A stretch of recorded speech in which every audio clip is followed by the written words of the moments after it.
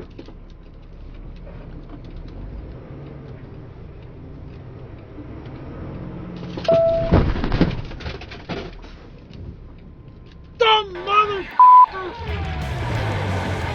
listening to Cents Per Mile with your host, Charles Gracie, and his co-host, Paul Gibson. Joined by Josh Haynes, they'll be tackling tough industry topics, asking even tougher questions, all to find better solutions as they try to make sense make sense.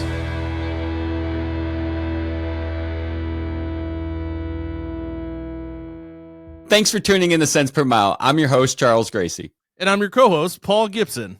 Hey, I'm Josh. I never knew what happiness was until I joined the trucking industry, and then it was too late. Gentlemen, what are we talking about today on our episode of Cents Per Mile? We're talking about disengaged leads. We are talking about disengaged. I mean, drivers constantly get hit with ads all over, and then all of a sudden recruiters are like, hey, I've called this driver 5 times. Why aren't they picking up the phone? Yeah, there's a lot to talk about here, and we're going to cover and try to break it down to help our listeners and help the industry understand why and how this happens and what to do about it. But before we do that, let's talk about our sponsors, Decker Truck Lines, where they're driven to be the best because their drivers make it happen. Check them out at drivedecker.com. Yep. And another thing that we should probably mention is it feels so good to be back and to be on Freight Waves. Yeah, we got a great team hosting us this season. We got a lot of good stuff that we're bringing your way. And more than anything, we're just looking to have some fun. I'm excited to be back. I know Paul's excited. Charles is excited. We're excited to be on Freight Waves. But I think it's time to move on, gentlemen, to our first segment. You want to kick it off, Paul? It's time for 10-2 News. All right, so we've been gone for a while, so it's time to hit up some news stories that maybe we missed. We missed a lot, so I'm going to go over my favorite real quick. All right, so try to follow me on this story. It's a little bit complicated. Long and short of it, basically there was this driver who was busted for smuggling cocaine across the Canadian border. All right, but we got to rewind this. I'm going to break it down from the beginning. Okay, so this driver's in California, right? Supposedly, allegedly, he gets threatened by these 2 guys, and they say, hey, we're going to put this in the back of your trailer. Go buy a new seal. They load up his trailer. He seals the trailer. He drives on. Stops before he gets to Canada. Turns out it was a boatload of cocaine, right? Now, this guy actually, he found that out because he went, checked out his trailer, opened the package, found out it was cocaine, did some, and then continued to drive. All right, so this guy finally gets to the Canadian border and then looks at the agents and says something to the extent of, hey, someone tried to get me to smuggle cocaine. If you want, I'll say yes next time, and then we can break up their whole ring. And the Canadian border was kind of like, nah, I don't think so. So they obviously checked out his truck, and then he got busted for having a boatload of cocaine. But my favorite part of the story is when that happened, the driver decided to defend himself in court. And his argument was, I got stopped at the border, so I can't get arrested for smuggling cocaine across the border if I never crossed the border. I wonder how much he had to pay that lawyer to give him that advice that that's the argument you want to kind of fight on, that one in the hill you want to die on. Oh, no, there was no lawyer. He defended himself in court. That was his argument. The ironic thing is I had a story almost identical to that happened to me, but it was when I worked for Hostess. No, I'm just kidding. Powdered sugar. It's not as fun. Right. So, and I guess a little bit more serious news. The one thing that really has been a hot topic that's really been, performing well on CDLLife and also just on the top of everybody's minds is a lot of these closures of trucking companies due to, the state of the freight market, and various other things, obviously the biggest being Yellow. But since, we're on Freight Waves, you've heard about that 1,000 times, and relate to the story. Like, let's take it from a recruiting aspect, Charles. So have you seen a lot of these companies? What is their take on hiring these Yellow drivers? Well, I mean, listen, these companies have enough problems happening this year. And one of the concerns with hiring union drivers is that you're going to bring in too many of them, and they might have a union situation themselves internally, which is going to increase their cost or turnover because they can't supply what these people are looking for. At Hot Seat, we've talked to quite a few of these drivers, and what they're looking for is part of the reason that that company no longer exists. So trying to set that expectation that what you're looking for no longer exists and it's not out there because it's not sustainable. Look at where you came from it's kind of a hard talk to have, but I think through time and exposure that they're going to realize that this is the new reality. But from the carrier standpoint, can you really blame them? They're terrified to bring in. Do you want to hire 10 drivers that just came out of a union position? What do you think is going to happen? So you don't think it has anything to do with the giant mismanagement of that loan and not the fact that they actually had to pay their drivers a living wage? I don't know about that one. Anyway, it's time for our next segment called Behind the Wheel. So with being powered by CDLLife, one cool thing we have access to is their massive audience of drivers. And so they ran a poll in their app, speaking of disengaged leads, and asked their audience, how often are you solicited by other trucking companies to come work for them? 27% said daily, 18% said multiple times per week, 17% said multiple times per month, and 38%, surprisingly, said rarely, once every few months. Well, it's shocking. You think about the vast audience that CDLLife has on this and the response of them saying that they're not solicited to that often. I mean, this, from a recruiting aspect, I'd say that's where I'm going to be putting a lot of my attention. I get that. That definitely opens up the room. But it also, just in my experience going around interviewing drivers, because that's essentially what I do for a living, almost every driver I've ever talked to says that they get hit up on a consistent basis. So I was kind of surprised by that. But at the same time, that still puts you in, what is that? So is that 62% of drivers are getting hit up at least multiple times a month to have carriers be like, hey, I know you have that job, but you should work here. Which is insane, because I know that me just Googling trucking stuff, the algorithm is decided that I'm a truck driver, and I can't scroll through any of my feeds without seeing an ad for a trucking company. Well, I actually held a CDL, and I still get texts and emails, and it's been years. And now I've kind of taken the approach where I just send them a picture of my business card, because obviously they need drivers, and I'm like, hit me up. I mean, I guess that's a good segue for a sale. But yeah, no. So it's so I mean, still, even at 62, that's insane for that short amount of time. I mean, I definitely maybe this is just a personal flaw, I don't get job offers like that. Do you get solicited multiple times a month from other companies to come work for them? No, it'd be nice in a perfect world to think that's how it goes. But unless you're a truck driver, this is something that the rest of the working force doesn't have to deal with. I mean, these people are being solicited all the time, to the point where if you really wanted to punish yourself, you should go fill out one of those job boards and get hit up. I did it once, and I got 54 emails, several texts, and I can't tell you how many dozens of calls in the first hour that I filled one of those out. And I was just trying to test the water of what it felt like. Yep, I've definitely also tested that once, just to see how it went. We the company I used to work for, we had a burner phone, and my boss was like, "Why don't you try this? Check it out." And I was like, "Ooh, if anybody ever makes me mad, this is directly where their information is going." I'm glad I'm on your Christmas card list and not your job board list. Well, we do have to keep moving, gentlemen. Today, our next segment is This Week in Recruiting. All right, so our new segment, This Week in Recruiting, is where we ask Charles Gracie, who is a recruiter, how was this week in recruiting? So this week in recruiting's like the week before and the week that follows, but there's always some twists and turns along there. And one thing that we're noticing right now is you're seeing a lot of applicants that are filling out interested into this job forms, fishing around, looking for things that they might think are out there or might become present in the future, but they're not actually looking. And you don't see it happen too often, but you're seeing a concentrated version of it right now. Drivers are fishing a lot of times that they haven't even realized at this point that the market's shifted and carriers are being more selective at who they bring in. And those expectations that drivers have are not matching up to the reality of the market we're living in. You got drivers asking for 70 cents a mile. You got drivers saying, I want home daily and $2,000 a week and a brand new truck. And by the way, I just got my CDL. So these are pain points that recruiters are having to have these conversations early on with proper expectations. And sometimes it works out and sometimes it doesn't. So I think that brings up a couple points. One, you have all these new drivers who have these high expectations. It's almost like everybody now knows what they have to do to get Gen Z in a truck. They just don't want to do it.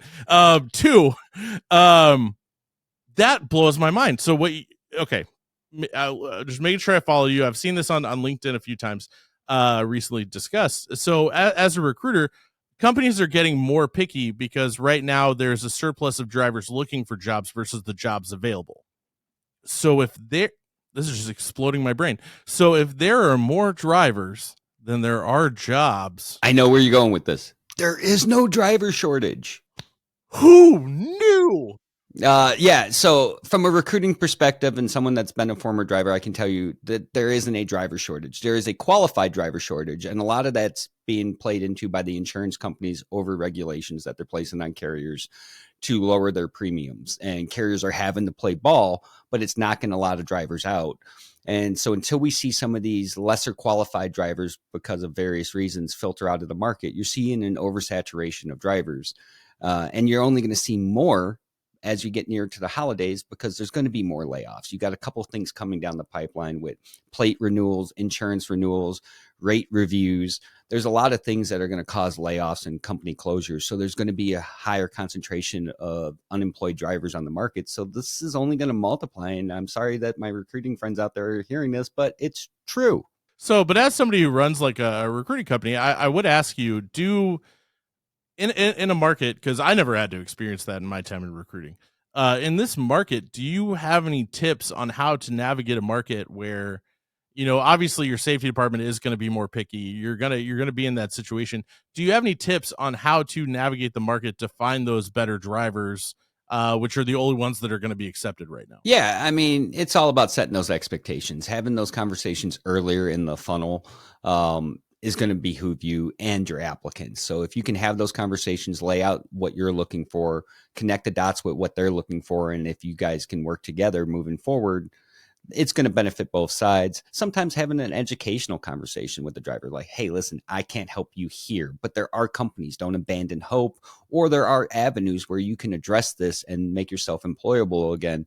But it's just not your day because the market has shifted, and it's not something that they're used to hearing because for so long, the demand was for the drivers, where right now the demand is for the drivers, but it's got to be the right driver. Anyways, as exciting as this is, and Charles could talk all day long, we do have to pay some bills, gentlemen.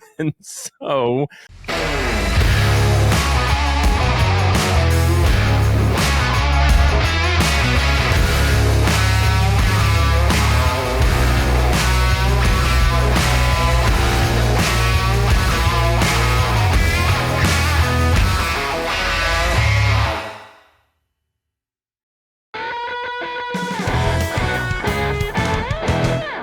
All right, cool. Well, it's our slogan, and it's just the time to get to the main topic. It's time to make sense. So we're talking about disengaged leads. That sounds really industry buzzwordy to me. I'm going to be honest. So why don't you kind of break that down for us, Charles? Explain it to the people like they're 5. Explain it to me like I'm 5. So just a normal conversation. So when we're talking disengaged leads, what we're talking about is those leads that you get from different providers or wherever you may get them from that you can't either reach on the phone, email, or any form of contact, that you can't get further through the recruiting funnel. And it's important to note that there's a couple things that happen on a regular basis that cause this to happen. And we're going to have a couple people that are going to shed some light on that. But we want to know some answers, like where do they come from? How do we get them the further through the funnel? And better yet, how can we maximize our efforts to get the most out of these and get them re-engaged? So I think it's a great opportunity to kick it back and forth a little bit today on something that's a hot button topic. Obviously, I love talking about where they come from because, I make videos for trucking companies. So that's, I make what goes into the ads that the drivers see. And the ads are everywhere. Kind of like we talked about earlier. Like, I just Google stuff related to trucking and Google thinks I'm a truck driver. Those ads are everywhere. There's calls, there's job boards, on and on and on. And there's a lot of different vendors. There's a lot of different avenues to go about these things. Drivers are just bombarded with these ads. So it kind of raises the question, is there an element of these disengaged leads that just comes from the obscene amount of exposure they get to ads? And then on top of that, the industry has spent so many years, talking about speed to lead, trying to get that lead from point A to higher as fast as they possibly can, that the lift to actually fill out an application has gotten so low that I wonder if that plays into intent. Well, I think it does. When you talk to a lot of these companies and these people that are in these professions of recruiting and marketing, a lot of times they're either focused on their cost per lead or their cost per hire. And they're two completely different things. If you want quantity, you can go after quantity, but you're going to lack a little bit of quality. And if you want quality, then it's going to affect the quantity because you're filtering out those ones that wouldn't have qualified. And these drivers are caught in the middle of this. Is it the right way? Is it the wrong way? But us as an industry, we have made this so easy that the barrier to entry to do an application doesn't necessarily mean higher intent. And this is a problem that we've created by doing 3-minute apps, 2-minute apps. There is no commitment that the rest of us, when we want a job, have to make in order to further ourselves through the process. When I fill out an application, have to spend 5 or 10 minutes. But as soon as I got in that truck, hey, auto-populate. It removes the intent for me to take that job and show my interest in that job. So I think it's one of those things that you have multiple things that are feeding this problem. And I'm hoping that I get some answers today. Well, I would definitely say, like, it's one of those things too. It's like, nobody's ever asked a driver for a cover letter. But like, and on top of that too, I used to explain it to people when they're like, oh, you're a recruiter, oh, I work in it. I'm like, no, trucking's different. Driver recruiting is different. At no point has a nurse ever called in and said, hey, I don't really have access to my phone. Can you, which they're on, can you fill out my application for me? If it were any other job in the world, that never happens. But we're in such a maybe, and it's got a lot to do with turnover, which I'm sure we'll talk about plenty on other episodes, but it's one of those things where it puts recruiters in such a position or drivers in such a position where there is no lift to fill out that app.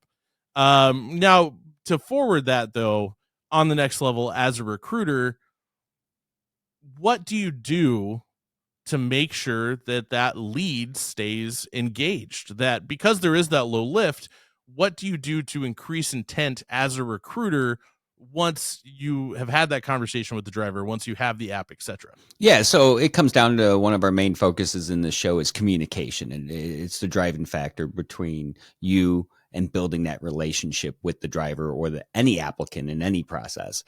So communication and building that relationship, getting to know what they want, listening, not just spelling out your offer. These are just average tricks that can help you do that. But it doesn't change the fact that some of them are just getting beat to death with recruiters. Like when I was a driver, I used to talk to a recruiter for entertainment purposes.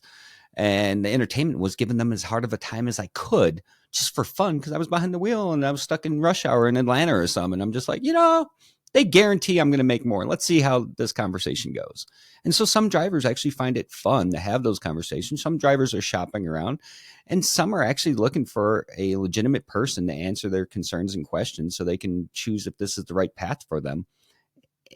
It all comes down to the relationship, being prepared to have those funny conversations, being prepared to have those serious ones, and connecting the dots with their wants and needs to what you have.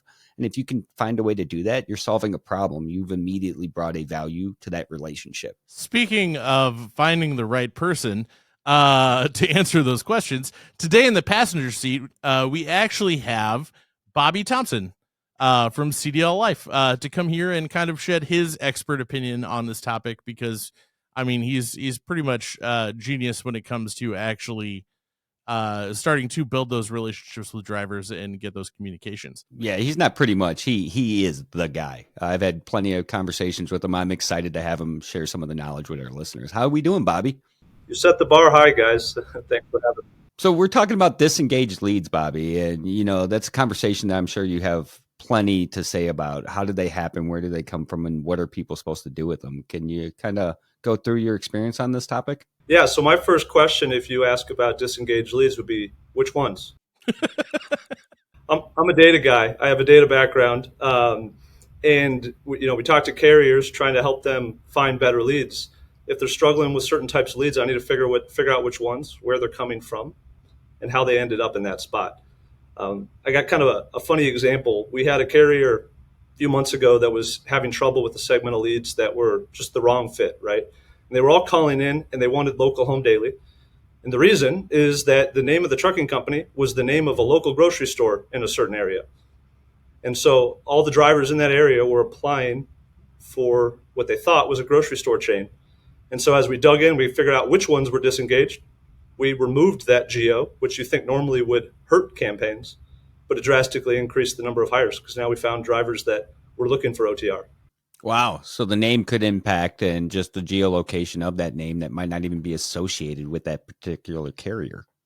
That's right. Yeah. I mean, everything I think that disengaged leads probably vary more in type than people realize, right? Did they get in and they were interested and then something took too long and someone else grabbed their interest?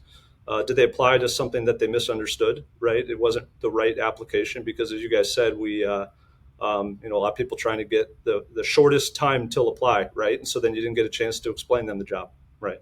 And so they're applying for the wrong thing, and so they were never going to fit. And by the time they figure out what the thing is, they're out, right? So it's categorizing, I think, what types of disengaged leads, where they're falling off in the funnel and for what reason, and then kind of biting off those problems and solving them one by one.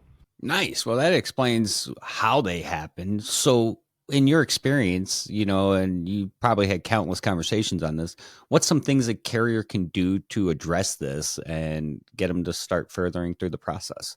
Yeah, I think the first thing is sharing all the information that you're seeing on leads, and not just kind of vague conversations about it, but like very much specifics. These are 100 leads who called in, were asking for home daily, right? To your lead generation provider, like us. So, you dig in and we say, where are those coming from? So that's sort of in the first thing to get higher intent is to find the right applicants in the first place, right?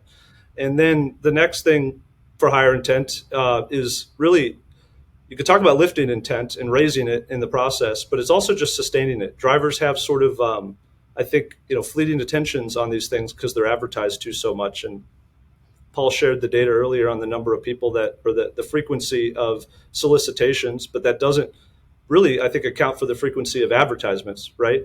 And so if they're frustrated at a shipper waiting for something, they get annoyed, go search and apply to a job. You need to keep that intent up and sustained for a few days, where you can work through them instead of, assuming that they're gonna stay at that level. So there's a sustain of the intent, which is communication. It's reaching out to them. It's reminding them of the job they applied to and the reasons they applied to it, so they don't forget. And then ultimately is lifting, and a lot of that's the relationship between the recruiter and the company and the driver. Nice. So there's a lot to digest there, and I feel like that we can spend more than just 30 minutes just talking to you on this topic. But being a former driver myself, I could tell you I was flooded, not just with the inbound communications, but with the stuff I see scrolling on Facebook or Instagram or TikTok or whatever chosen platform you pick.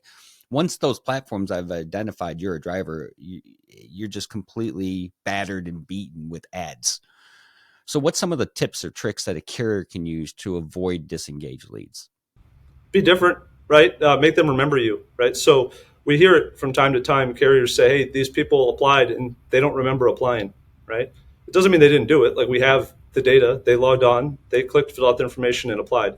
But if you see hundreds of company names, you got to remember, you got to be different. There's got to be something that stands out in their mind so they remember what happened, right? And the common way that people try and solve that is just speed to contact, speed to lead, right? It's not necessarily closing that lead, but reach out right away and just let them know you saw their application. That'll be different than if you wait, an hour, right? Or 2 hours, and they forget what they even did. Or now they're in a truck and they've got 3 calls and a text message. And by the time they pull over again, they just kind of clear those notifications. So there's too much going on.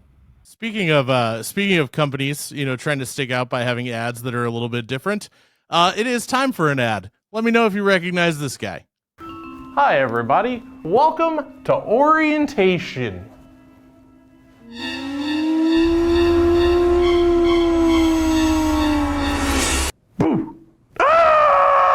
Tired of getting ghosted? Hire smarter with CDLLife's high-intent engine. Get started today. All right. After looking at Paul's face multiple times, I'm getting a little tired of it. So we're going to shoot it to Charles for our next segment, which is called On Location. Yeah, so we're going on location today with Amanda from Red Classic, and she's the senior manager of recruiting over there. Welcome to the show, Amanda. How you doing today? I'm doing great. Thanks for having me. I'm excited to have you here. So the whole point of On Location is to talk about what's going on from boots on the ground purposes out there right now. It's no secret, I'm in the studio, I'm in the third party side, but you're actually out there and you're with Red Classic. So you're seeing this on more of a volume and quantity side of things. What are you seeing out there? Yes, we deal with this every day. Just listening to some of your other segments talking about building relationships, that is probably the number one thing that I would say.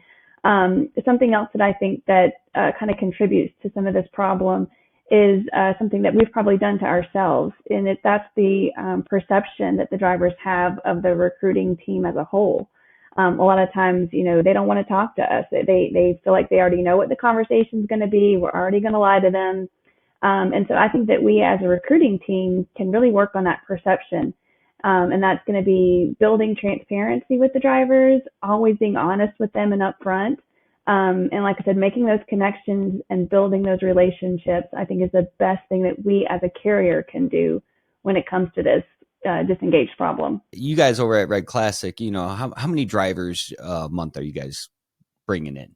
We're looking at about 35 to 40 a month.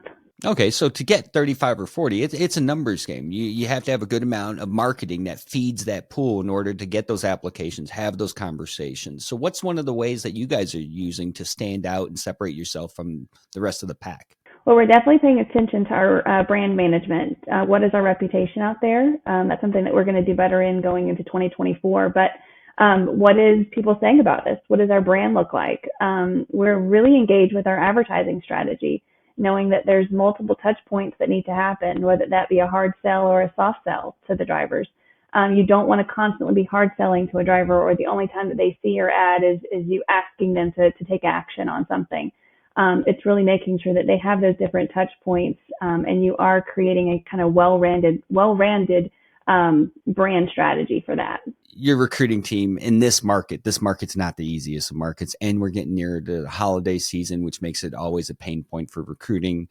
What's some of the things you guys are doing to keep your recruiters motivated while working through those leads, both active and disengaged? I have a great recruiting team. They are extremely passionate about what they do, and they love the drivers and the technicians, because we also do technicians that they're talking to. So I have a stellar team, and I think that that's really key when it comes to keeping those drivers engaged. They're having conversations with the drivers. We're not reading from a script. If we have to kind of be honest with them and tell them that this opportunity is not the best for you, it's not the best for us, and have that honest conversation, I think that helps build that trust and that honesty and that transparency that we were talking about. But for them, it's they truly care about the other person on the phone.